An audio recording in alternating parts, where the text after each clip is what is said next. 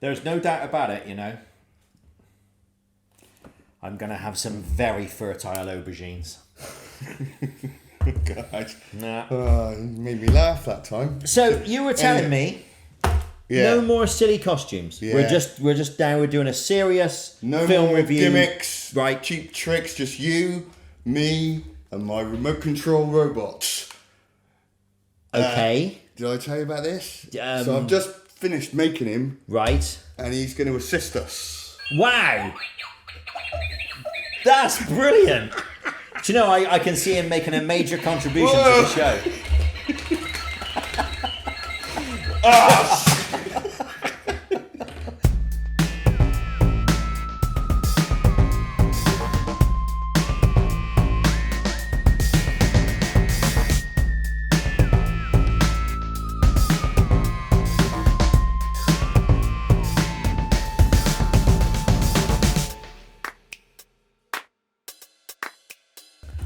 Hello and welcome to episode 14 of Review to a Kill. My name's James and I'm a big James Bond fan. My name's Tom. I am watching James Bond. I haven't watched it. You went before your cue. I haven't watched the James Bond films before, but this is Ted. There's a Ted? Yeah, he's a telly-ready entertainment droid. Teddy Telly-ready entertainment droid. Ted. Excellent. Yes, and he is going to help us. I've been... Don't drive him off the desk again. Sorry, he Can't nearly, kill him on his first just had a show. little bump on the noggin, so he keeps blurting out shit now. Yeah, that's all right. Right, well, we'll keep an eye on Ted. Yeah. So he's like the review to a kill pet. Is he? I'm getting ready to catch. I don't want to. Yeah. I don't want him to fall down. He's going to help us. Christ, he's messing up the wires there. Are his eyes always blue? No, they change. Sometimes Hold he on. goes, I'll be a greeny goody. Oh, nice. And he says, I'll be a red meanie. Oh, evil Ted. And then later on, he might do something else, which Excellent. will compensate Well. for the lack of good lights on the BondBoard. Yeah. Well, there's a reason to keep watching. If what will Ted do next? Get stuck is what he does. But yeah, there we are. And anyway, the three of us are very pleased to welcome you to episode 14. Each episode we analyse a film from the series. Me from the point of view of someone who's seen it a million times before, and Tom watching it for the very first time with Ted on his lap, apparently, which is slightly concerning. Yeah. Now, as we say at the beginning of every show, don't forget there will be Spoilers! said Tom and Ted. So, if you haven't seen this movie before, stop now, go and watch the movie, because otherwise we will spoil it for you. Yeah. And Ted is going to continue ejaculating noises all through the evening. He found that funny. He did. He's got Good. a dirty sense of humour. Down, Ted, down. Sort yourself out. We'll have to shut you up, mate. Yeah, right. Very good. You're already... Shall we begin as we normally do? I'm regretting my decision already, bringing him in. Shall we begin as we normally do with Feedback Corner? Let's. Okay, we always want to hear Indeed. your comments, your feedbacks, things that you have been saying about the show. We want to hear them on Feedback Corner. Ted's very excited about Feedback Corner, isn't he? Jesus. There we are. That's it. Perfect. Right. Just mic control, Ted. Right, and straight down the camera. All right. Should we start with Feedback Corner? Please. Here we go. We've had a new message from Jukebox Jim. I don't think we've heard from him before. No. Just to say that he loves the channel. Keep up the great work. And what great fun it was, Right. which is very nice. Triforce of Kaz, one of our regular contributors, says, when you're out of Bond movies and Bond topics, I will be happy with you two doing a show on anything. Isn't that nice? Your banter is what makes the show fun. It could be chatting about the week's weather for all I care. Right. Very good, Tom. Yeah. And... That was actually quite appropriate. Sorry, Ted. So I thought that was you, not Ted. Triforce also says, your show belongs on the telly. This is what we were talking about in the last episode, on the Octopussy episode. It says it belongs at tea times on Saturday nights, like classic Doctor Who episodes, which I think is a very good... If anyone knows anyone at the BBC, I'd be happy to take that slot. Yeah. Gotta be better than that big wheel thing with Michael McIntyre. And we haven't got to take Ted with us. No. Just... Although, I can see him becoming the show's hot property. Right. He's R2-D2 now. That was weird. He's he's R2-D2. Yeah. Okay. He's bilingual, Ted. Mystic Luna, yet another brilliant fun time with you two doing some good Bond banter, excellent outfits. Tom, as usual, does a brilliant plot briefing. Luna also says, wonderful guitar version of All Time High. Ted. Sorry. I got me angry then, he's doing anything. Well, you know, wait till you have kids. It's like that all the time. Yeah, your guitar version of All Time High in the Octopussy episode is getting considerable kudos. I'm thinking of trying to do a release. Get for Christmas #1 maybe. Tom Scriven music on SoundCloud. He's good, this man. Yeah. Tracy says, another amazing episode. She's still having nightmares as she's petrified of clowns. Sorry about that. Aren't we all? Mrs. Wallace sends her best to you both. Hello, Mrs. Wallace. Hello, Mrs. Wallace. Lovely to see you. I thought that James was dressed as a turtle at first, but then I remembered the submarine. Yeah. It was a bit turtly, wasn't it, the outfit? Also, we were talking about tuk-tuks. Yes. Tracy said she's been a passenger in a tuk-tuk in India and in Sri Lanka. Very hairy, but brilliant at the same time. I've never been in a tuk-tuk. Well, that's not true. I have sat in a tuk-tuk in a restaurant in Belfast, believe it or not, but I've never actually been driven through the streets. I would like to do that. If someone can make that happen, please get in touch with us. Do you have a tuk-tuk you could lend us? We'll bring Ted, and the three of us will have a little ride in your tuk-tuk. That'd be very nice. And finally, our regular correspondence from the official nice person, Queenie Colombo, who says, the scene with Bond, the tiger and the snake is awful. That's the chase scene in Octopussy, which we agreed was pretty bad. But the tabla in that part of the score was lovely to hear. We have it! We have it! Will the category name of villains be changed to bastards, as you always call them? Should have done that from the start. Yeah, we could just change it on there. We could. That'd be good. Yeah. And my absolute favourite thing, she says, about this film is something Tom added to the episode, although I always thought it was Karl Marx's dad. Karl Marxstadt.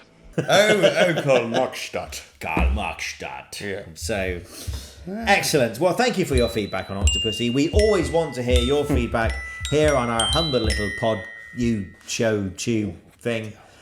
So please do get in touch with us via the clever little comment thing underneath this video, or you can send us a tweet. Is it called what do you do now if you don't tweet? You X message. Post. I think it's going to be bland. It's rubbish, isn't it?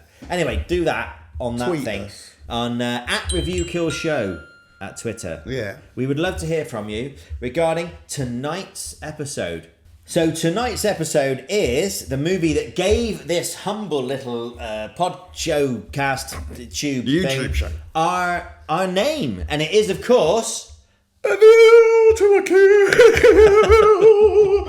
You're singing a different tune. A View to a Kill. That wasn't Simon the Bond. You didn't sound very Simon the Bond. That was me. No, that was all Tom. No Simon. No mistake.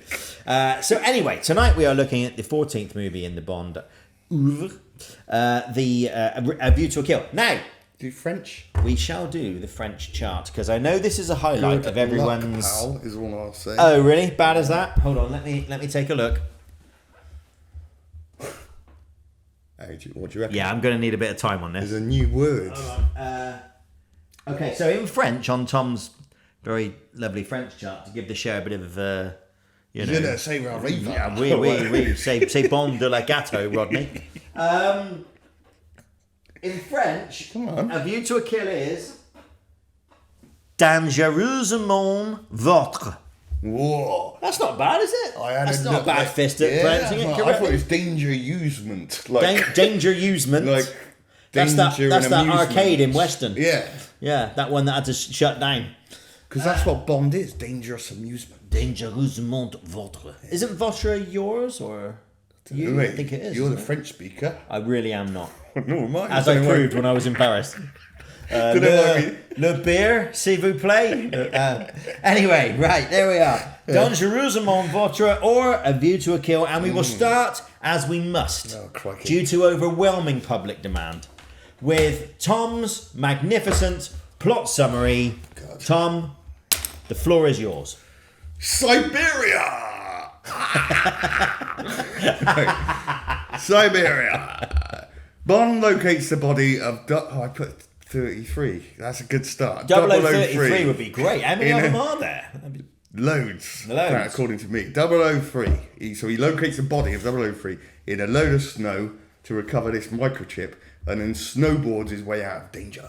He goes to the office and sees Q, who's got this toy robot. Idiot. Yeah. Fancy taking that idea and ripping it off. Yeah. God, honestly. And then he has a look at the chip in his computer. Do you want Carry to on. turn it back I'm just on? investigating Oh, okay. Ted. Oh yeah, he has this look at this chip in his computer, and says it's a copy of this microchip that's designed to withstand an electromagnetic pulse, and it's made by Zorin Industries. All of Bond's workmates and Bond go to the races, and Zorin's there, and Mayday's there, who are these baddies like, and then Bastards. there's this racehorse trainer stroke MI6 agent. Yes. Good, called Tibbet, right? And he reckons Zorin's doping all the horses with steroids and that. So Bond meets this bloke called Mr. Aubergine. Aubergine.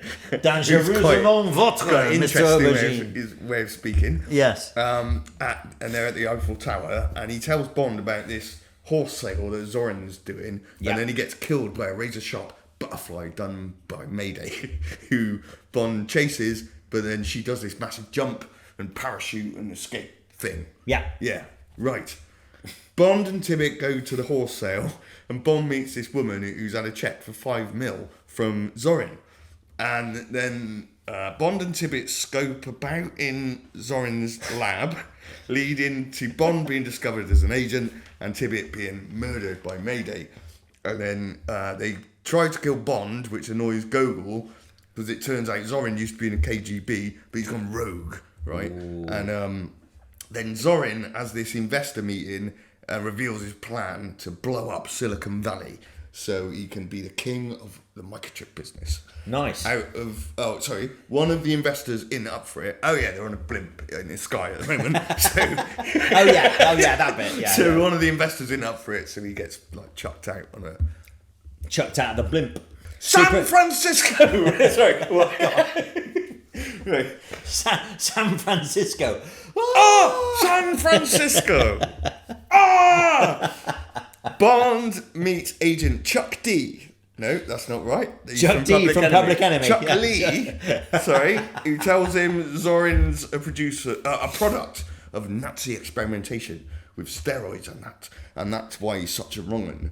And Bond goes to this oil rig and meets these two KGB folk, one of which is caught and killed. And Bond gets away with the other one, and then they're in like a jacuzzi, and he gets his tape of secret like conversations and switches it with his jacuzzi music, which annoys Gogol.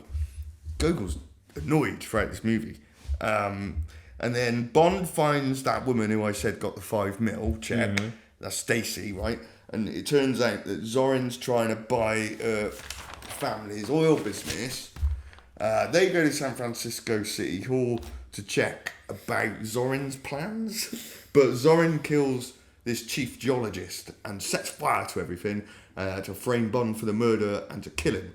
But Bond and Stacy get away, do some larking about on a fire engine, and then they go to Zorin's mine and find out his plan to blow up these... What? Shit. Blow up these bombs under these lakes. I can't help you if you can't read your own writing. Sorry, I'm no good with that. That's fair. Right. He's going to blow... Yeah, Zorin's going to blow up these bombs under these lakes, and he's going to submerge Silicon Valley. Yes.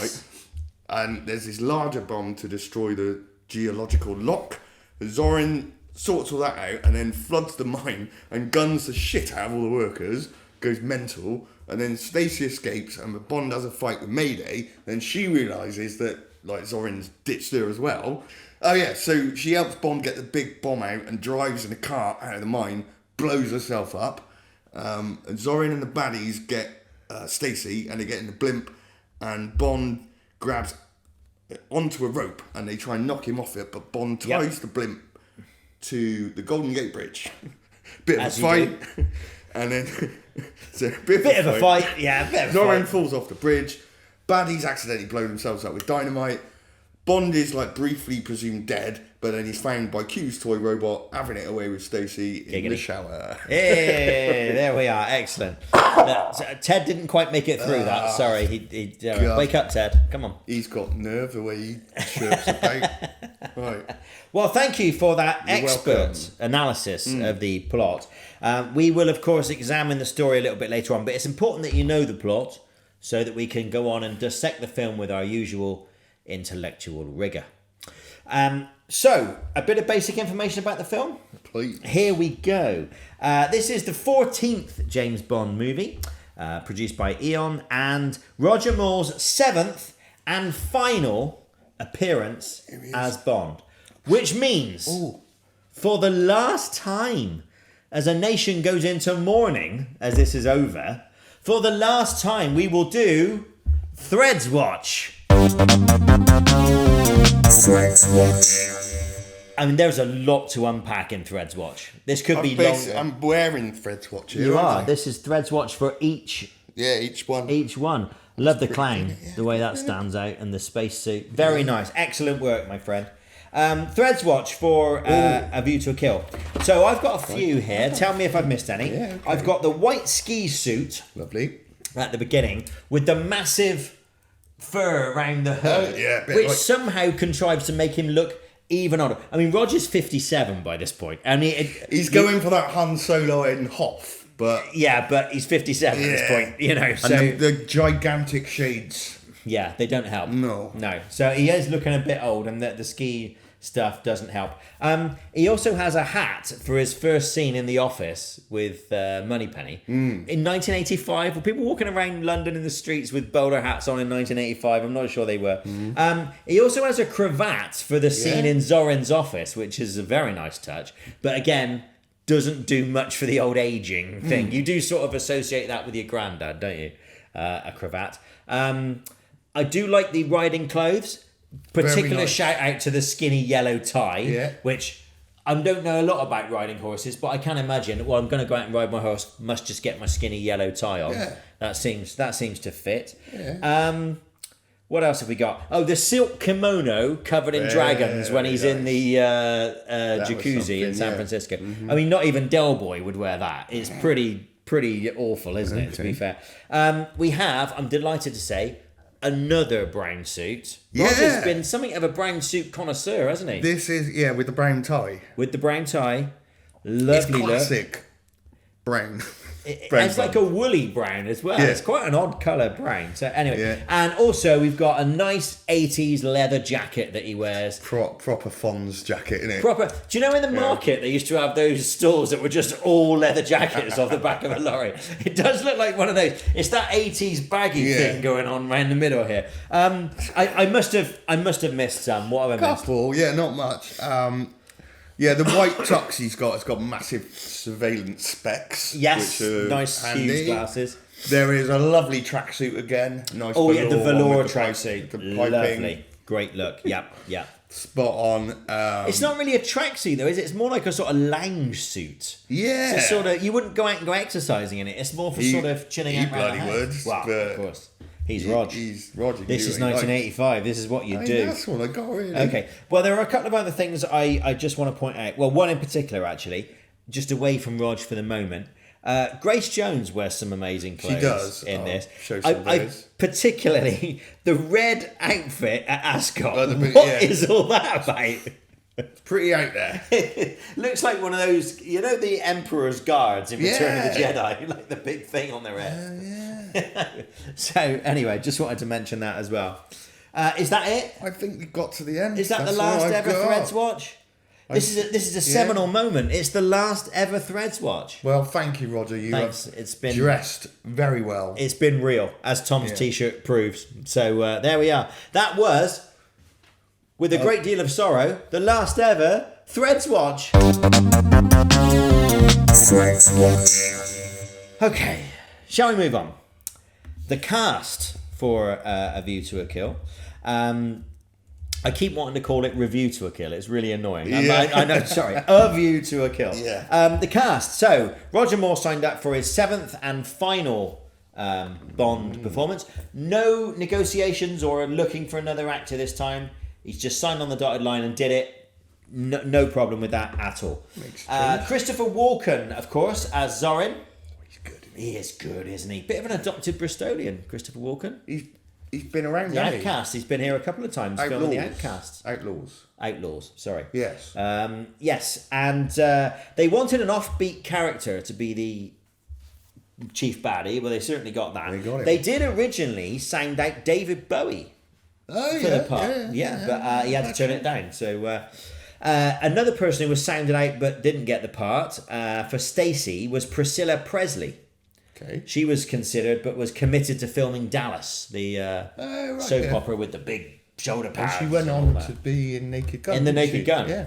Definite career highlight. Tanya Roberts got the role, who previously had been in the last series of Charlie's Angels, one or two other films, but didn't have a massive background before she came to this. Grace Jones as Mayday, musical superstar, of course, at this time, but was taking a musical break to focus on acting. She'd been in Conan the Destroyer with Arnold Schwarzenegger, one or two other things. Patrick McNee as Sir Godfrey Tibbett, most famous, of course, for his role in The Avengers in the 60s, an old friend of Roger Moore's, and a good foil for Roger in this. A, because there's great chemistry between them, they're great friends. Is funny. But B, because he was actually 5 years older than Rog, so that was probably a good plan as well. He was also in one of my favourite movies.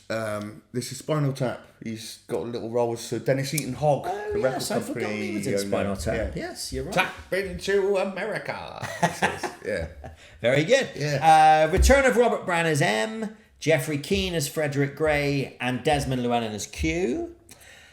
And this time, this genuinely is quite a sad moment, Lois Maxwell's last appearance as Moneypenny after 14 movies. Yeah. Spanning 23 years. So an amazing run. I didn't realise. Coming to an end. One. Yeah, afraid you won't see her again. Actually, the last time you see her is at her desk crying, which I think is kind of a sad way to leave her, really. But anyway. Alison Doody as Jenny Flex, Irish actress, went on to be in Indiana Jones and the Last Crusade with Sean Connery, of course. It all comes back. It all comes back to Bond. And David Yip as Chuck Lee. Not Chuck D. That would have been better. But David Yip as Chuck Lee, who went on to be in Brookside. So there you are. There was a career highlight. A couple of other people to point out, and a few. You know how I like these little small roles and cameo roles and pointing out people. Was he in Indiana Jones as well? He was. He was in Temple of Doom at the start. He gets shot right at the very beginning of Temple of Doom. Yes, you're quite right. Yes. Fiona Fullerton as Paula Ivanova. Frequently used Fiona Fullerton to screen test other possible Bond actors. They used the scene a lot. They used to use the scene in From Russia with Love when he walks in and she's in bed waiting for him, and that was with the scene they used to screen test Bond actors for a long time. And for a long time, Fiona Fullerton was the sort of female foil for those parts. Also, the original script had Barbara Bach reprising her role as Anya from The Spy Who Loved Me, but she decided to turn it down, which would have been an interesting little idea to sort of come back around. So that's when they wrote in Paula Ivanova instead, and just sort of implied that Bond already knew her. But that was originally going to be Anya in the hot tub with Bond. So there we are. Dolph Lundgren, Grace Jones's boyfriend at the time. I see. He pops up. Is that how he got in? Well, I think she probably had a quiet word. Exactly. This was his debut movie appearance just before Rocky IV. They filmed Rocky IV later in the year. So, yeah. And then not long after, he would have gone on to do the Masters of the Universe. Yes. Universal Soldier. It all started from this point. It all kicked off. That glorious career kicked off from here. The two big security guards who get duffed up in the scene in the box factory bit. Yeah. Well, Do you know the one of them conveyor is the bigger guy Yeah, with yeah. the beard? That's Big Ron from EastEnders. Yeah, I knew he was from EastEnders. I did. Yeah. He used to have a market stall in the Yeah, background in EastEnders. So he went from James Bond to EastEnders very shortly afterwards. There we are. And the Taiwanese businessman who gets chucked out of the blimp over San Francisco, that's a guy called Anthony Chin. He was a Guyanese actor. And this was his 4th appearance in a Bond film. Yeah. His largest by far. I thought I recognised Yeah, he is. He's got them faces you go. I'm sure I've seen him before. So he was in Dr. No as Chen in the control room scene. Right. So he goes right back to the start of the franchise. He was in Goldfinger and very quickly in Goldfinger as a waiter when he brings them the mint juleps. That's Anthony Chin. But also, where you've seen him most before this would be in You Only Live Twice. He's the control room technician who goes, closing crater, and does all the things and gets shot by Bond's fake cigarette thing. Yes. That was him. So anyway, after all this time, they finally give him a sort of reasonably sized part. And he gets to die by falling out of an airship. So there you go. Anyway, that's the cast. The script by Michael G. Wilson and Richard Maybaum. Again, for the first time, Michael G. Wilson was promoted to co-producer rather than exec producer, as he'd been before. And the script included horse racing solely because it was one of Cubby Broccoli's great passions. It was like, yeah, let's put this one in for Cubby. John Glenn did his 3rd consecutive Bond film as director. He was actually asked to direct A View to a Kill while Octopussy was still in post-production. Oh, right. That's how impressed they were with him. This, of course, was shot in 1985, so we're at the height of 80s consumerism, Thatcherism, all that stuff's going on. And also very technologically advanced. Microchips were a big thing, computers. It's all the thing, isn't it? It was all the rage in the mid-80s, so Yeah. that's why you see it reflected in this movie. The short story, just to confuse things even further, the short story had a slightly different name again.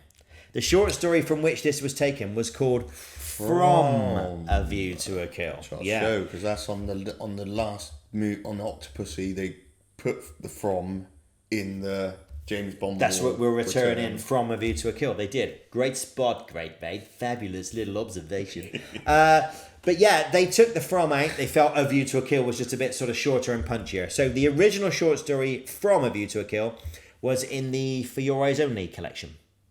Oh. And it was originally I called... didn't get the book out because I didn't realise. No, that's all right. That's where it is. Go and get the For Your Eyes Only book. Go on. It was originally called The Rough with the Smooth. Do you want me to get it? No, I'm joking.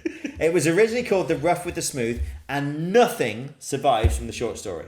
The short story is completely different and was not used at all in any way in this movie. The only thing that's even vaguely similar is the short story set in France. And part of this movie set in France. And that's it. Right, there's nothing else. So don't go looking for it. You're not going to find it. Right, production. Any problems in production? Now, there's normally a litany of issues. So let's go through them. How are we doing with this one? Well, first of all, the 007 stage at Pinewood burnt down in June 1984. So Good start.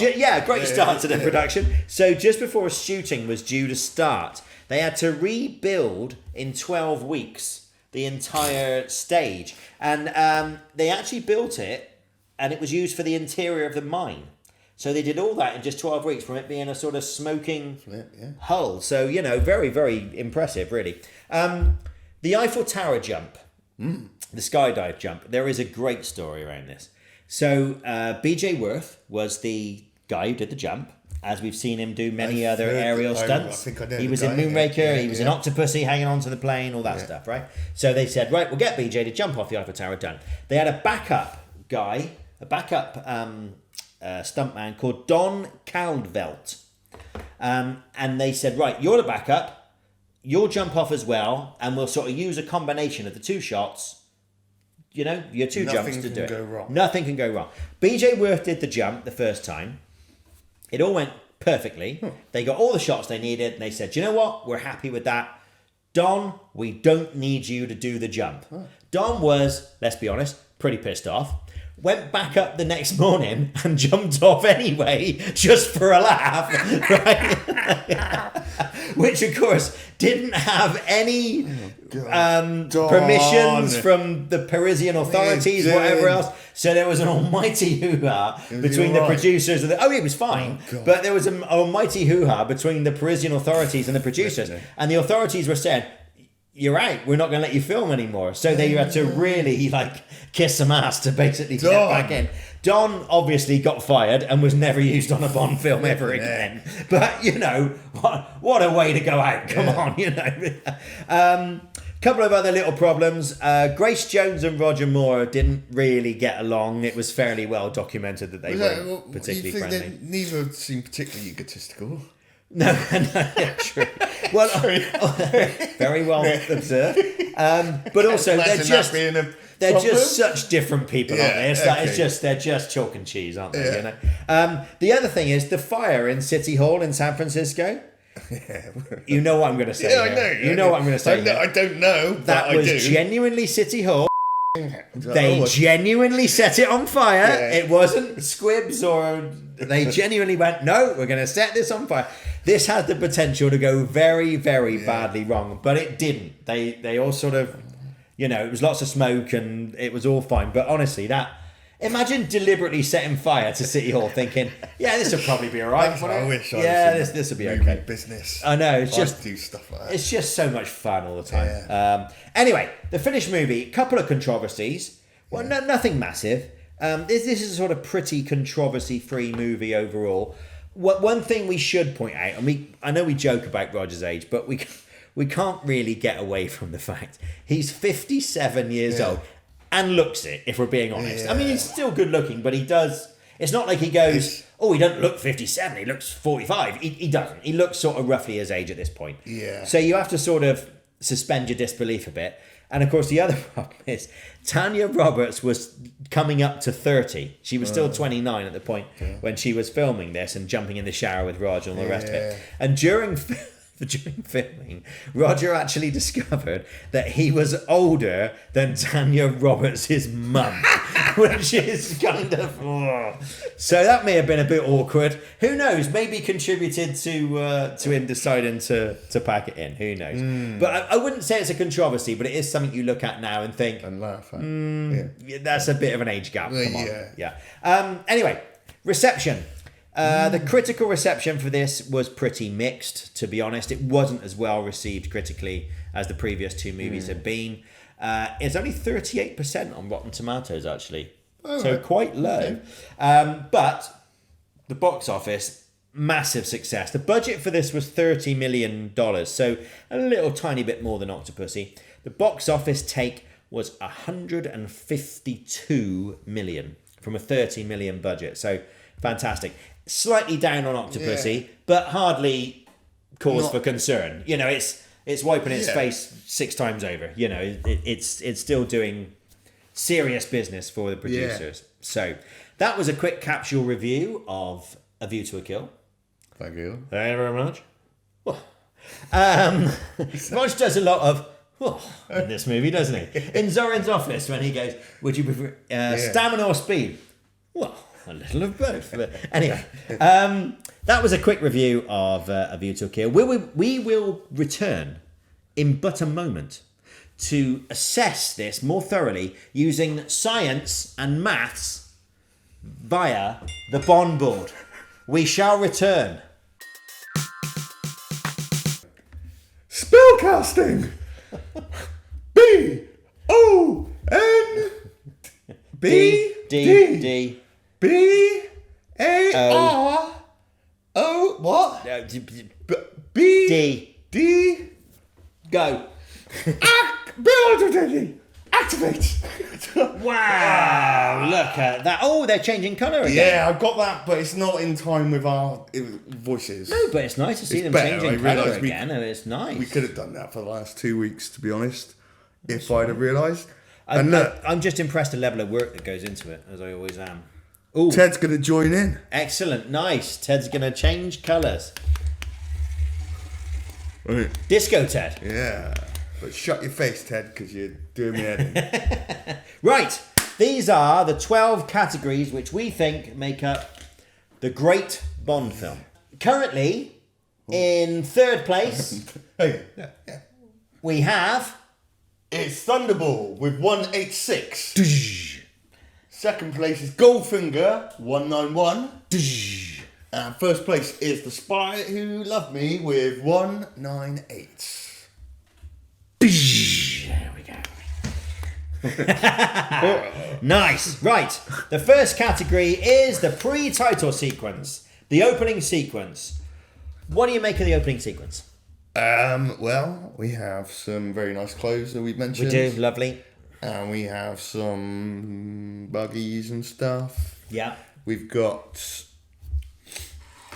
one of the worst music placements. The California, yeah.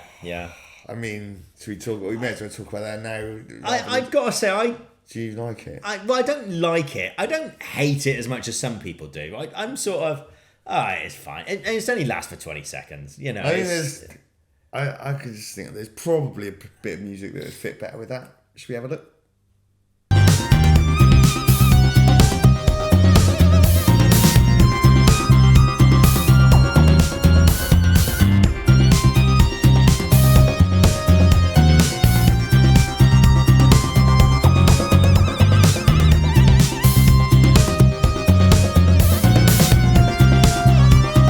Snow ninjas, that's what we need. That'd be brilliant, wouldn't it? Snow ninjas. Tom's invented a thing. Yeah, I mean, well, look, It's not even the Beach Boys, is it? It's like some. No, I was going to say it's not like, the original. The original would have been better. and it's not one of their surfing songs. Well. I suppose it's set in California, can really do surf in the USA because you're in the USA. I think you're thinking too much into this. In Safari, it just because why didn't they do Wipeout? You know, That would have been better. Yeah, well, it was the 80s. What can you Yeah. say? I mean, look, it's straight into the action, which is good. And I think the ski chase is good. I agree the music is a bit, and a bit distracting. Oh, sorry, before we get to the ski chase, can I just point out? Yeah. In the gun barrel sequence, Rog is still in his flares it's still the same 77, 79 maybe. It's 1985. We're not wearing flares Rog. anymore. Come on. You normally They could have reshot the gun barrel quickly. Because it does look a bit the dated. most difficult thing to shoot, can it? I wouldn't have thought so. Walking across a room. The other thing I would say with this opening sequence is it does at least have some connection to the rest of the plot, which none of the others have. Yeah, of we haven't late. had that for a while. Yeah, have we? so that is quite nice. Yeah. Straight into the action, like the ski chase. We've talked about his clothes. It's not just his clothes. When he gets the bag from 003, the bag is a bit... Well, it looks a bit like he's carrying a handbag as he's skiing along. It looks a bit like Tinky Winky with his, it's not a sort of... Wouldn't 003 have had like a backpack or something? I don't know. Yeah. I don't. I also want to know how he makes the improvised snowboard go uphill. Yeah. And how it sticks to his feet when it's just literally a piece of metal that he's... Because he goes up in the air and sort of kicks the guy and it sticks to his feet. And then, I don't know. Anyway, I know you've got to suspend disbelief for a Bond film, but, come on. The flare into the helicopter, I think, is good. That's quite cool like bit. that. Yeah, quite like that. Yeah. The other thing I should point out is in the scene where he says, put her on automatic, would you? He does that, like... Immediately, they don't sort of escape and then sort of and then go put her on automatic. Now we're safe. There's literally Russians outside, like 20 feet away, and he goes, "Yeah, put her on automatic. We're fine. We're home now. Not a problem, is it?" Anyway, I like it. I think it's a lot of fun. I'm prepared to forgive California Girls. Right. I can get past it. I've said 7. Okay. Yeah, I've gone a bit lower probably because of the California Because you didn't Girls like thing, California so I've gone Girls. 6. Okay. I feel I should make a confession at this point. Okay.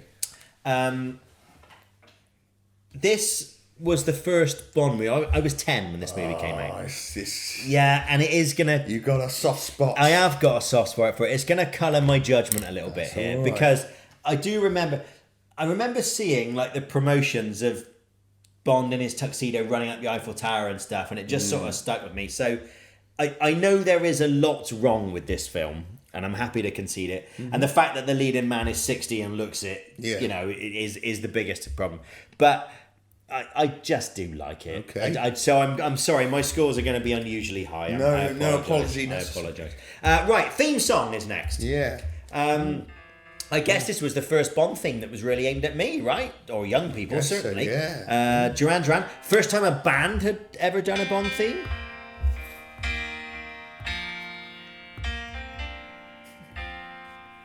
Nice. Nice.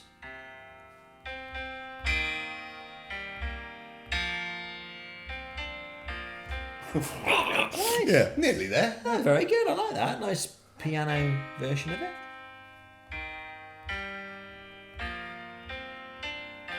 I could do like a Jules Holland session or Smooth. something. Richard Clayderman version. Yeah. Nice. Smooth. The smooth jazz version. Nice. This was the first Bond theme song to reach number 1 in the USA. Right. And the first one to earn a Golden Globe nomination for Best Song. It came about because John Taylor, the bass player in Duran Duran, was a big James Bond fan. And Barbara Broccoli was a big fan of Duran Duran. Well. She was quite young, obviously, bit young at the time. And so she sort of sat Cubby down, her dad, and made him listen to some of their records, which I can't imagine Cubby Broccoli sitting down and listening to Hungry Like the Wolf for. Yeah, exactly, but there we are. Yeah. Apparently they did. So that's why they got the gig. And then they worked with John Barry, obviously to bring in the strings and the sort of Bondy sound. It was a genuine collaboration, not without its friction. I think obviously you've got a pop band which was basically breaking up at the time. They were not in a very good place, and also John Barry comes from obviously a very different background, so I think there was a bit of friction. Bernard Edwards finished it off, the great disco producer that worked with Duran Duran as well. So I've got to say I really like this theme song. Like I said, it was the first one I was really aware of. I've said 9 for the theme song. Wow. I'm a big fan of this one. Okay, I've gone 8, but I was a big fan too. Good. I also point out, while the theme song is playing and the titles are on and the credits and everything, one of the weirdest. You said 9. I said 9. One of the weirdest. You see with the neon and the black paint and and the naked girls, obviously. Well, yeah, but I think it's meant. There's one where it's like meant to look like just some neon light and silhouette, but you can just see her. It just looks a bit. What was that? Mighty Boosh. Too late. Well, no, you're right. You're right. You can see like rude bits, so you can just see this woman awkwardly skiing. And it yes, I do remember the woman awkwardly skiing. But again, I repeat, it was the 80s. Everything was neon and, whatever else. What are you going to do? Fair enough. It was the 80s. Right, music, score. You're the musician. What do you think of the score? For what I've been listening to and observing, it was a lot of... just the... A lot of nice callbacks to the theme tune. The theme tune, yeah. If I can get this in the right place and do No. It's this kind of softer Wine with Stacey. Yeah. There's a piece called Wine with Stacey, which is very beautiful. I think it's a flute, isn't it? But very, very beautiful, very nice. Yeah, lovely. They use obviously because Barry co-wrote this thing, so he's just adapted it for the score. Yeah. There's a bit early, in a few points throughout the movie, it sounds like it's going to kick into On Her Majesty's Secret Service. It does a little right bit. At the beginning.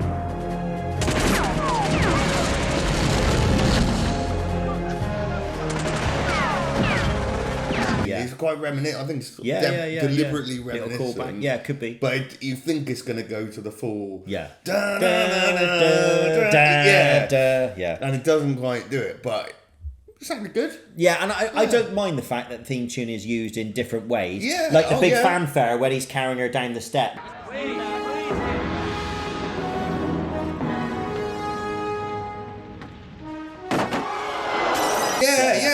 Same tune, but done very differently. I think it quite works, to be honest. I think that's all right. Yeah.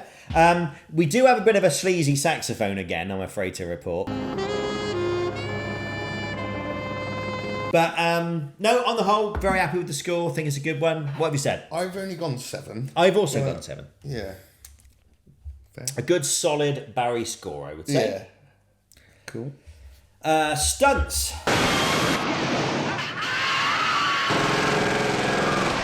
First of all, there really was someone clambering about on the Eiffel Tower. You know that bit in... I mean, would you expect anything less at this stage?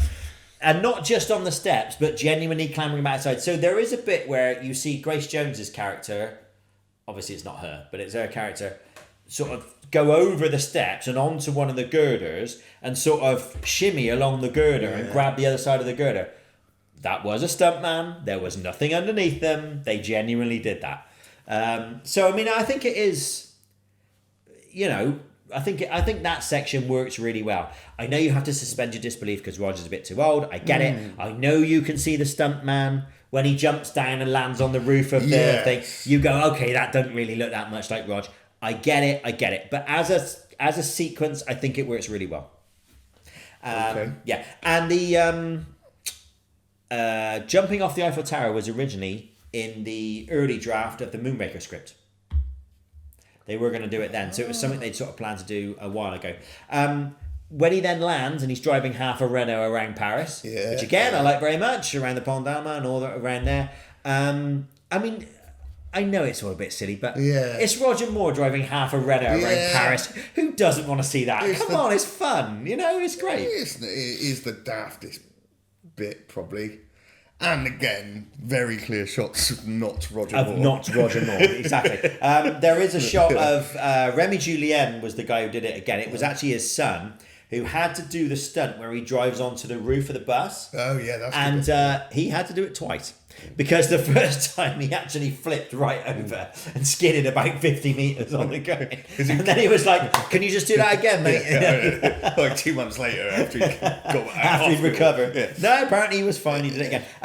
Willy Bogner did the skiing stuff again. Again, he goes right back to, on emergency secret service, 16 years previously. I think a down mark for the fight scene in the stables. You've got 57-year-old Roger Moore and 63-year-old Patrick Macnee trying to beat up Big Ron from EastEnders. It wasn't exactly John Wick. It wasn't exactly. No. It wasn't the greatest scene. It wasn't really their forte, either of them. The elevator scene when the elevator's on fire in San Francisco. Again, I think that's a good series of stunts. There's genuine fear and panic there. I do like Rog when he says, "Don't go away." Stacey, which I think is nice. And obviously, I feel duty bound to tell you, Martin Grace, the stuntman who smashed his leg incredibly badly during Octopussy, he was the one, just a few months later, hanging on the rope at the bottom of the airship and clambering around on top of the Golden Gate Bridge. He's fresh from serious injury and back doing his thing. So I think there's a load of really great stunts in this. Yeah. And I know you can see the stuntmen. But that's okay. They're still real people doing amazing stunts, you know. Absolutely. There's just a few more that I saw. Oh, there's a really quick shot of Rod falling into the Bond falling into that wedding cake, but it's clearly a dummy. Yeah, it is. The conveyor belt and boxes fight with Big Ron. Big Ron, not brilliant. You're not having that. No, we're not having that. Shite, no, I'm going to take a couple away for that. There's the horse race fight. Horse race trying to murder him on a weird mad horse. Oh, I forgot that. Yeah. Which I think is quite good. That's all right. Underwater and using the tyre as... Yes. I'll probably use that as gadgets. Now, am I being being really pedantic here? Don't tyres have a little valve in that you have to press to let the air out? Yeah. Well, you do that with... He's got a little... How does he get his mouth around it then? He's got a very, very sharp tongue. Right, okay. Not just in the gag. Well, no, quite. Wise, way. But, as most of the women in the Western Hemisphere could testify. Yeah. Mayday picks up a bloke and chucks him. Yes, quite good. Which is quite nice. Oh, the fire engine bit. Yeah. Stunt work there. I'm not sure about the fire engine very good. bit. It's all a bit silly, isn't it? And raising the bridge and all the police cars, that's a day of stunt work. Yeah, and the rest. Destroying cars. It does go a bit Blues Brothers there, where they're just smashing cars up every 2 minutes, doesn't it? All the explosions down a mine and blokes flying around, all that kind of stuff. So it's fair bit going on. Pretty action-packed sort of movie, isn't it? I really like it. High barrier on many of the stunts. I've taken a couple of marks away for the Big Ron fight scene. I've gone 8. Me too. Okay. A stunt-heavy movie. Yeah. Be careful how you say that. Yeah. Vehicles. Right. We've got Russian snowmobiles. Always nice to see a snowmobile. They're all right, aren't Yeah, they? good, aren't they? I'd like to have a Bang. go on a snowmobile. They look a lot of fun, don't they? Okay. We've got the submarine, the ice submarine. Ice marine? Would that be what we call it? Yeah, I put that in Which gadgets, but it is a vehicle. I suppose a vehicle, Iceberg really. sex boat. Iceberg sex, but Yeah. can it sustain you for 5 days having sex with a former Miss Universe? Yes, it can. It's a vehicle. We've got a nice, beautiful silver Rolls Royce. Yeah. Very yeah, similar that's to the a- one that yeah. Cubby Broccoli owned, apparently. Jenny Flex, I don't know if you noticed, drives a Renault Fuego, which was the little 2-seater sports car that Renault were making at the time. A guy up the road from where I lived when I was 10 years old actually had one in silver, and I used to go and sort of go, oh, it's there. Apparently they were crap, but they looked really nice anyway. There's a nice little advert for Renault. The airship interior, Yeah. I really like that. That's very Ken Adam, isn't it? Yes. The boardroom It's a inside that very- airship. Classic villain boardroom. Bit Doctor Strangelovey, you know, where it's all sort of silver yeah. and metal. And of course, then you've got the steps that convert, and which I think is great. So I like that vehicle a lot. And also the hut converting into an airship, which apparently could be done, was a thing, but they took 24 hours to actually inflate rather than like 3 minutes, as this one did. So I've never seen a hut convert to an airship before, but I'm up for that. So what have I missed? That's it. Yeah? Yeah, we've got the Renault, the fire engines, but other than that, Oh yeah, the fire engines, of course. I mean, nothing. And lots of smashed up police cars. yeah. Which all look awful. Those big American Those cars big, look yeah. big and wallowy. Look like they can't turn a corner, Yeah. but they're not very fast either. I don't know. Anyway, I've gone 7 vehicles, So have I. mostly for the iceberg sex boat. Yeah. I've gone 7 too. Excellent. Next category is villain, Villain. Bastard. bastard, chief bastard. Yeah. I think he is one of the great Bond villains. I think he is fantastic. He's as mad as you like. Insane. And you could only get Christopher Walken. Okay, we're going to have this guy who was created in a laboratory. Oh, it's Christopher Walken. Yeah. He's just got that look about him, hasn't he? He's sort of slightly... Yeah. It's Christopher Walken at his most Christopher Walken. It's Christopher Walken times 10. I think he's great in a lot of the scenes with Bond. The scene with the computer in the office. When he's staring at the... and it's going license to kill on the screen. He's sort of... you know, I really like that stuff. I think he's great in the airship scene when he kicks the guy out of the airship. So is Mayday, by the way, in that. Yeah. But I think he's brilliant in that. And I think this film is at its best when Christopher Walken's saying great lines and just doing Christopher Walken things. And his death scene is terrific. Yeah. Not just the fact that he falls off this sort of iconic structure and it's a long way down, it's a great scene all the way, but he actually laughs. He actually acknowledges this is a completely ridiculous way to die. And I just think that's so Christopher Walken. Do you know what? I haven't given a 10 this whole series. I was really, really close. I settled on a 9 in the end. I thought But you were going for it. I nearly went for the 10. I just think he's absolutely Wow. incredible in this. Well, no, I only went 8. I was a big fan. There's a lid gone somewhere. Let's just power through. Don't worry about it. Yeah, we don't need a lid. Yeah. We don't need no stinking lid. I'll get it later. Yeah. Right, henchman. Now, are we counting Mayday as a henchman? I guess we are. I had to ask Yeah. you because it's got a bit of overlap, a bit of crossover. Because she, well, Oh, because she's in Girls as well, of course. yeah, they do it, and she becomes a goodie in the end. They do it while she's a baddie. They do it. Like Pussy Galore. Yeah, and So, then okay, but where have she you- is. She's don't. If, Where have you put her? If we Hench- don't put her in henchman, there aren't any others, are there? Well, I was And going to... she We're a is. bit For like... most of the movie, she is the main henchman, isn't she? And she is. Yeah. And she is the sort of... Like you say, she's the heavy. She's the equivalent to... Odd Job or exactly. Gobinda in the last Yeah. movie. So, yeah. and I think she's great. And there aren't an awful lot of other henchmen. Guess there's Dr. Mortner, who's pretty... He's pretty overacting. you know- Not overacting, but you know what I mean. He's giving it the big one, isn't he? Scarpine as well. Okay. Quite a cool guy, very tall, good looking, French Yeah. guy, whatever else. A bit forgettable. Even though he does some really genuinely awful stuff. He basically machine guns down a million people.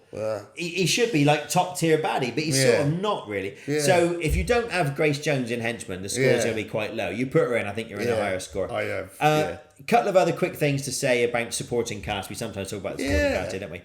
Achille Aubergine. Yeah. I mean, he is really chewing the scenery, isn't he, the actor there? Also, we know that, like, we've had in the past where, like, actors have had their whole part, the voice replaced. Yeah. So why is the dubbing so obviously overdubbed? I'm pleased you approve, since you're paying the bill. Cheers. He is a bit much. Yeah. And a special shout out to the taxi driver who, underneath the Eiffel Tower, when Bond nicks his car, who doesn't speak English and then does. Because he's going, no English. Then Bond flings him out the car and as he drives away, he goes, my car! Which is just... Should he not say mon voiture? Or, I don't know, something. Anyway. Good shot. And again, heavily overacting taxi driver kicking his legs on the table and all that. Listen, you have a 30-second part in a Bond film, you've got to make the most of it. Do you know what I mean? You've got to give it everything. Yeah. So, fair play. So, are we including Grace Jones in Henchman? Yeah. Okay, so what have you said for Henchman? 8. I've also said 8, if Grace Jones is included. Yeah. I'm heading for a really unusually high score here. And I know this is going to annoy people because there'll be people going, A View to a Kill is objectively not a great movie. Well... But of course, this brings us back to what we've said before. We're not necessarily scoring how good the movie is. We're scoring how Bondy the movie is. And this is a very Bondy Bond film. A lot of Bond stuff happens in this Bond film. Yeah. So there we are. Right, location. This is going to be another high score for me for very simple reasons. I love Paris and I love France. So great use of Eiffel Tower, great use of Paris generally, great use of the Seine and the bridges and all that kind of stuff. Chantilly, which looks just completely gorgeous and absolutely beautiful, which I think is great. And also San Francisco. Yeah. And I really, really love San Francisco. Yeah. I'm a 49ers fan, by the way. Go Niners. Okay. Yeah, won't mean anything to you. And I think San Francisco looks great. Lovely shots of Fisherman's Wharf, shots of City Hall when it's on fire. Uses the Golden Gate Bridge really well, which I think is important. Yeah. So I just love these locations. I think they're just brilliant. It's going to be high again from you, isn't it? It's going to be a high score. Yeah. A couple of little points on this. The snow scene was actually in Iceland, in a place called Hofen, in Iceland. The mine shaft, which was supposed to be in San Francisco, is actually Amberley Chalk Pits Museum in West Sussex, which sounds like the most English place ever. And Zorin's underground warehouse, where they discover the microchips. Yeah. That was the Renault distribution centre in Swindon. Right. So there we go. Nice. So I've spoilt some of the allure of the locations there, haven't I? Yeah. What have you got for locations? I've only gone 7. It's still pretty high, isn't it? Still pretty high. I like it. I've said 9 because I love Swindon. No, I've said 9 I should give extra for Swindon. Extra point for Swindon. Yeah. No, I love I love San Francisco. I love Paris. Okay. I was in Paris recently, as you know. I may have mentioned in a previous episode. Once or twice. I just thrown it in. I was there after the Olympics, but whatever. I mean, it wasn't a big deal. Story. We've already done the story. We've done your magnificent plot summary. Yeah. I don't think we can really improve on that, can we? In any shape or form. No. It's just a magnificent definitely thing, not. The way you do those plot summaries, beautiful thing. Yeah, I know. One of the original script ideas was that the villain was going to bring down Halley's Comet, because it was very topical at the time. Yeah. Halley's Comet was making its appearance, and crash it into Silicon Valley. That was genuinely going to be one of the ideas.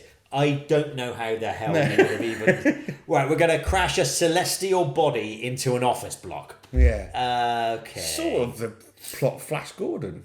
Well, really? But anyway. Indeed. That's for another time, maybe. A few little points on the story. Magnetic Pulse is going to play a big part in a later Bond film. Okay. All right, so watch out for that. I do like the scenes where Bond is being a know-it-all. He knows all about microchips, all about everything. You know, I always like that.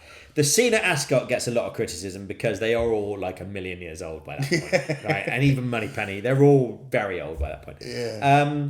When Patrick McNee's going through the gate and Mayday's there, and then he goes to the gate and she's not there. Where does he think she's gone? Where? Okay, it's like she's gone, well, she can't be in the car, so where else could she be? Yeah. I remember even at the age of like 12 or whatever, watching this and thinking, Look at she's in the car. Anyway. Yeah. That's daft. I've got to just quickly say, the scenes in with the committee, and the way they're all sort of, and again, you're an extra, you've got to make the most of it. When he brings the thing up and they're all going, like that. It's like one of them scenes in The Simpsons where, you know when they have the committees and stuff. Mr. O'Rourke, the fisherman, originally had a much bigger part. Real shame we lost him. I think he's great. He's a bit like that character in The Simpsons, isn't he? The fisherman guy and the sea captain guy in The Simpsons. Paula Ivanova, I want to know more about her relationship with Bond, because literally they see each other for the first time in years. They're on opposite sides of the Cold War. So what do? Straight to a relaxation spa. Bond can cook. Bit random. Yeah. That's not bad, that quiche, is it? Well, it looked quite nice. And in the novels, he only makes scrambled eggs. Oh, right. So I wonder if it's a sort of bit of a callback to that, or if it's just an appalling plot device. I don't know, but I don't believe Roger made that quiche anyway, or omelette anyway. We have another villain helpfully outlining his master plan with a nice big model, like we had in Goldfinger. Yeah. How do I keep this master plan secret? I know. Yeah. I'll put a tarpaulin over my enormous model that I've had made at tremendous cost. Yeah. All about my brilliant plan. The mass machine gunning scene. Yeah. That's pretty full on for a PG movie. Yeah. And it doesn't change tone as madly as Octopussy or Moonraker did, but it is a sudden change from a lot of what's gone before. Roger Moore didn't like it. I bet. No, didn't like it at all. So it is a bit of a change, that. Anything else you want to say on the story? No, I think I've said enough earlier on. For all of us. Yeah. Okay, what are we saying? I'm going 7. I am... I said 8. You said for the story, yes. Silicon Valley, all very topical at the time. Yeah. Wasn't it? I think that's why they went for that. There are 3 categories left in this, our 14th episode. Hang on. I don't think I'm there yet. Oh, he's not there yet. Oh. He needs a little bit longer. Yeah. He needs a bit longer to push the button. Ready. We ready? Yeah. 3 categories left. And they are... Gadgets, gags, and girls. Nice. He's got his own little dance floor there as well. Very good. Nice. Breakdancing, that was very 80s. Yeah, just like that Australian 80s tech. in the Olympics. Oh, yeah. Oh. There he is again. You can't keep him down. He just... Go, Ted. Go, Ted. Gadgets. Oh, wait. Anyway. Nice edit there. Nice. Yeah. Very nice. Very pleased with that. It's got the first bit that I've never used before. Oh, no. Because we didn't need to. Very, very good. Very good. I thought you were mixing on the fly there, showing us your skills. Yeah. Right, gadgets, gags, and girls. Gadgets, what have you got? Crikey, I got a flipping list. There are loads of gadgets. Yeah. We've mentioned the iceberg sex boat. It's a vehicle, but a bit of overlap there. Yeah. Q's highly sophisticated surveillance machine. Like Ted. The prototype Ted. Highly sophisticated? Come on, Q. You're fooling no one. You've got a remote control car. Just put camera. Look, it's a dog. Yeah. Q's also got a micro comparator. It's an old computer. Oh yes, I forgot the micro comparator. Yes. Yeah. I put the butterfly cabaret neck slicer. Oh yes, I suppose it is. Yeah. Oh. Isn't that just a fishing rod though, basically? Yes. He's dead. With a razor blade on it. Yeah. And he sort of gets killed by blood loss from the cheek. I did. Would it go there? Is that? Yeah, I don't know. I thought it was going to be his slicing his neck, but it's kind of. Oh yeah. I don't know. Yeah, it doesn't. Anyway, I agree. It's not a bit weird. Yeah. I liked the bug detector shaver when Rog and Tibbet are going around. And also they got the tape recorder That is good. with the pre-recorded conversation. Yeah, So I yeah. just couldn't help but imagine them sitting down, just sat like Well- we are now, but going, "Oh, for crying out loud, Timmy, why are you such a prick? Look at the state of my What- shoes. Yeah, why have you done that? Why have you done it I like was that?" going to talk about this in gags, but Yeah, I yeah, do, maybe I we do should think wait. the chemistry between them is one of the best things. in the Yeah, movie. let's I talk love about it. that further in a sec then. Because I also have surveillance specs that we've... Surveillance sex specs. Surveillance sex specs. No, there's no sex, just specs. Surveillance and specs. Surveillance sex specs. There's a Ring camera. He's got that little mood ring thing. Yeah, that's very nice. The photos on that look really old though. When they get back, they're all blurry around the edge. They look Victorian, you know, like Back to the Future 3 or something. Only on a little ring, mate. Yeah, well, yeah, maybe. Can't expect perfection, can you? No. There's safe crackers, bit more. A bit more. We're back to normal size safe cracker. Yeah, standard issue, I'd say. The credit card reader thing. Oh yes, You know, the credit. The photo. Yeah. Zoran's computer, the Yes. Identicom computer, Identity. Identicomputer. Would you mind just looking at that camera that's surreptitiously Yeah, placed just over have a there, look at that. please? Don't worry about it. Oh, is that lightning? Yeah. That's weird. Yeah. The sort of moving the horse jumps with remote control. Yes. Gadgety. And I guess the horse box thing that's a lift. Yeah. As well, I guess. Really? Yeah. Yeah. So is a tyre using its oxygen supply, is that a gadget? We've already established it'd be really difficult. No, you haven't. Do you know what? Strangely, I haven't given it any thought. I don't know what I've been doing with my life, but I don't know. I suppose it is. It saves his life, doesn't it? So I guess we put it down as a gadget. Yes. Oh yeah. Good. Thank you. I'll let you have Is that how I one. put it down. Yeah. Oh, and the trapdoor staircase on the blimp. Which is brilliant. Brilliant stuff. And I love the way she does that as well. That little thing with her eyebrows where she just Yeah. goes, "Yeah, you're gonna die." I just think she looks great doing that. Yeah. And it's just simple but clever idea, you know? The door opens at the bottom, off he goes. Yeah, like it. Well, missed any? Oh, is that all? No, I don't think so. That's I think enough. I think I've got all those sunglasses. Very big 80s sunglasses. Very. A little bit big on his face. The shaver listening device. Yeah, I think you've covered them all there. What are you saying? I've said 7, although I wonder if that's a little low given Well, just how that's many what there I've are. gone. But, yeah. There's lots of them, but no like massive. Nothing that makes you go, "Wow, that's brilliant." Yeah. Apart from the dog snooper thing, of course, which Yeah. was completely brilliant. Gags, right. Oh, again. I think we can safely say we've been through a lot of gag-heavy movies, Moonraker and some of the other gag-heavy movies. This may even be the gag-heaviest of the gag-heavy movies. Possibly be. And I know you haven't seen these, and I don't want to spoil anything for you. I will just say it's never as gag-heavy again. That's fair. You know, I There are assume. gags, but not to this extent. This is Rog now on his 7th movie, knowing it's his last. This is the just dialing it up to 1 million. Just almost we're like- straight in now. He's got some sort of gag Tourette's that. I wonder if he was on a bonus. Like every gag he did, you get like another 10 grand or I whatever. think the one where Aubergine dies, and he just before he buggers up again, there's a fly in his soup. He's like, "I can't help it.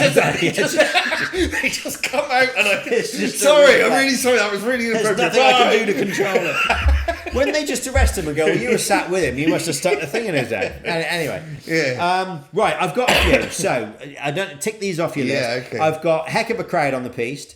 Vodka rather shaken. I've got Q saying she must take a lot of vitamins. Yeah. There's a fly in his soup, as you mentioned. Congratulations when he hands the wedding cake to the couple. I just want to stop and talk briefly about the scenes with Roger Moore and Patrick McNee. Yeah. I just think there's so many little things in it, Yeah. which clearly they've just made up there and then that weren't in the Yeah, I script. see, yeah. When he takes the umbrella, he says, "Here, let me give you a hand," and he takes the umbrella and leaves him with all the massive heavy stuff. Yeah. And all that sort of stuff. They just look like they're having such a good time. Yeah. You know? I just love them. I think they're great. And you're right about the tape recording. Oh, look at the state of my shoes and all that kind of stuff. They must have just had such a good laugh. Yeah. Oh, my lord. What the is wrong with these shoes? They look as though they were with a Terribly sorry, sir. well should be. Yeah, and then they snore as well. So Yes, the snoring tape's always good. And then he's like, "Oh no, the tape's run out, so we better be back. Tape ran out 5 minutes ago." Yeah, via Mayday. We've got a C90. It flips once, and then we're screwed. Exactly. That was a slight problem with tapes, wasn't it? It was 45 minutes of me having to go at Tibbet, a little bit of a gap, and then 35 of me snoring. What if it flipped again? There would just be you'd be having to go at Tibbet at 5 o'clock in the morning while that bloke's listening. I'm an early riser myself. Yeah. On a mission, I'm expected to sacrifice myself. Yeah. Quite a letdown. It's all wrapped up. I mean, they come within about 2 minutes of each other. A little restless, but I got off eventually. I mean, that's even your dad wouldn't say that. That's awful. Does anyone else want to drop out? Christopher Walken gets in on the act. Yeah. Although I think that's one of the better gags. I think that's a good line. Yeah. I quite like when he stumbles on the ladder. I mean, that's a gag, isn't it? Yeah. He's put that in to just sort of so the tramp can drop his wine and that's a nice little gag. The new wine bloke. The new wine bloke. Yeah. That should keep them on the wrong track. There's never a cab around when you want one. And just cleaning up a few details. That's Q getting in on the act. I must have missed some because they came quicker like a type. Yeah, you put some down that I didn't, but I've also... Well, I really liked Moneypenny at the races, like nearly swearing and going, "Come on, you!" Sorry. That's... For... You know what that is, don't you? What? That's from My Fair Lady when they're at Ascot. That's what Eliza Doolittle does. So it's a I callback see. to that as well. So that's nice little bit of reference to that. But you're right, Moneypenny does it very well. Yeah. Oh, and when they get the wrong tape, the Gogol, and they put it in the And they do look at each other like, yeah, that's a "What?" good little bit. Oh, there, put your hands on this. The wheel. I'm guessing that was deliberate. Yeah, probably. Not really a gag, but when he goes, "Where's the fire?" On your rear end, and then whacks In the him worst out. accent ever. Yeah. It's women's... He does another accent. It's women's lib. They're taking over the Teamsters. Because she's got heels on. Yeah. And you said all the other ones? Yeah. I mean, Rog does look like he's having a laugh, doesn't he? He does look like he's really enjoying it. And again, I guess he knew it was his last one. And it isn't like after 7 of these, he wasn't completely comfortable in the role. You know, he could have done it with his eyes shut, couldn't he? So what are you saying for gags? I am going 8. I am also going 8. I had to scroll back because there was a list of so many gags. I had to scroll back to They're get to it. plentiful and most landed. Or they weren't like so Well, they weren't intrusive. terrible, yeah. It was like annoying. So, Only a few of them were real clang. Maybe you know. a little bit too heavy, but Yeah. mostly... Although, like I say, solid. the most gag-heavy one that was going to come for a long time. So, and finally, we have girls. So Stacey. She is a bit useless, if we're being honest. The elevator scene, she just sort of stands there and screams. Driving the fire engine, she's a bit rubbish, but gets better. Yes, and that's also, fair. she does manage to get kidnapped by an airship, which I would have thought took some doing. Yeah. You know, but there we are. Mayday, obviously, we've talked about. Yeah. Much good I'd like character. to overlap the scores a bit, then I will... I think so. I think because Mayday is She that is a she girl. becomes an ally. Exactly. Girl. And also, she... Very briefly before dying, but yeah. And she's... I think the fact that they don't know much about her actually helps with Mayday. The fact that she isn't a sort of developed character with a backstory and whatever else actually helps Yeah. with Mayday. The mystery, a bit like Oddjob and a bit like Govinda and some of these other characters. The fact they just sort of knick-knack, the fact they just sort of follow these guys around very, very loyally, I think actually sort of helps. I love her reaction when she sends the guy out the airship. That little, guess what? I just think that's absolutely brilliantly done. When she laughed with Zorin when they're on the... Oh, when she's jumped out of the... When she's been rescued off the boat and parachute and Zorin comes to pick her up the boat and she drives off. Yeah. And they both start laughing. She hits herself in the face. Yeah. She slaps herself in the face and she's laughing. Yeah. Which I think I noticed that's that. the most Yeah. Grace Jones thing ever. Her conversion possibly a little bit sudden. Or am I being a bit harsh there? Well, I think I mean, everything's got to be a bit sudden at that Well, point. true. because And they haven't they're got- trying to move through it. She has just got, well, yeah, you've just left me for dead, so I suppose it's fair enough. to Yeah, I go, guess. Maybe I'm being a bit harsh there. Great death as well. Good the way death, she goes, yeah. get Zorin for me and all that, I think is Yeah, really, yeah, really that's good death. So if we're including Mayday in Yes. the girls section, then I think we score it a little highly. I've said then- 8. Okay. Go on, I've missed a Well, I'm couple saying there. when I've already gone really high for Grace Jones. Okay, so you're on gonna take it down a henchmen's, bit. I'll I get take that. That's fine. So I'm only going to go 6. Okay. Polar even over for the same reason. yeah. It's a bit of a sort of bit of a Yeah. free hit, that, isn't it, really? Might have been more interesting. I mean, Fiona Fullerton's very good, and she and Roger knew each other and got on very well, and great. Yeah. But it might have been a bit more interesting if they could have done the Triple X thing. I think now you It might said have been that. interesting to see her come back and I go, love oh, that okay, bit, what's she yeah. doing all these years later, you know? Anyway, there we are. So, yeah. Well, Okay. So am I taking my score down slightly to account for Up the to Mayday? Because you've already scored. I've what, already for scored girls quite henchmen? for henchmen quite highly, haven't I? 8. We've both done. Well, I'll drop to a 7 then Okay. for girls. And I'll do 6. And that's all the scores. And my that's all the friends. scores. Hey, guess what? It's time Hey. for the most fun part of the evening. It's Yay. maths, kids. Hey, you know how much we love maths. So, back in a couple of minutes with the scores. Yeah.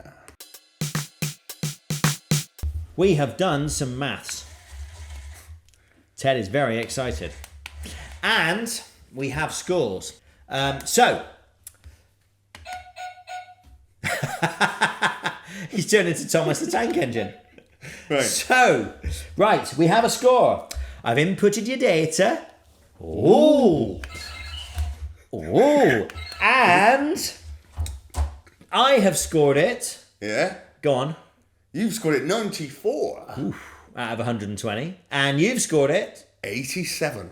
out of 120, giving us, if my maths are correct, a grand total of 181 out of 240, Black which pen. is going to place it, while Tom finds his black pen, which is going to place it in 5th place. It's going to squeeze in What was it? 181? 181. It's a good Blimey. score, which is going to put it above Live and Let Die on 179 and just tuck it in behind From Russia with Love on 184. Now, the reason I sound so surprised on that is, as we mentioned earlier, this was not a well-reviewed film. No. It's not well thought of amongst the Bond community. Whenever you have the scores, it's always in the bottom third of pretty much everybody's rankings. And yet, by doing it this way, where we're looking at how many gadgets are there, how many gags are there, how many great stunts are there, what's the sort of all the Bond elements, Pretty Bondy. it's scored really highly. That's interesting, isn't it? Yeah. Does he do that a lot? So, Is that all he does? Yeah. yeah. So there we are. A View to a Kill. Scored by Review to a Kill. Hey, see what I did there? A View to a Kill goes 5th of the 14 movies we've seen so far. That's going to provoke some debate. Some people are not going to like that. Yeah, that's what I think too. They can jog on. Well, thank you very much for watching. That was episode 14. We will be back with episode 15, which will be The Living Daylights and So we finish Rog. the start of a new era for Bond. Oh, exciting stuff. There we go. Don't forget, please do follow us on Twitter. Oh, yeah.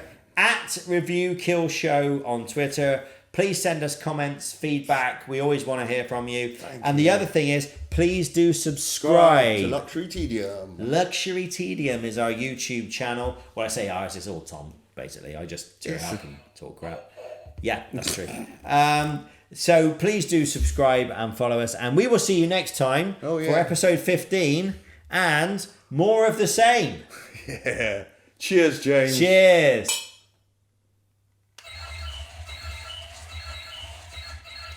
Ted, for God's sake.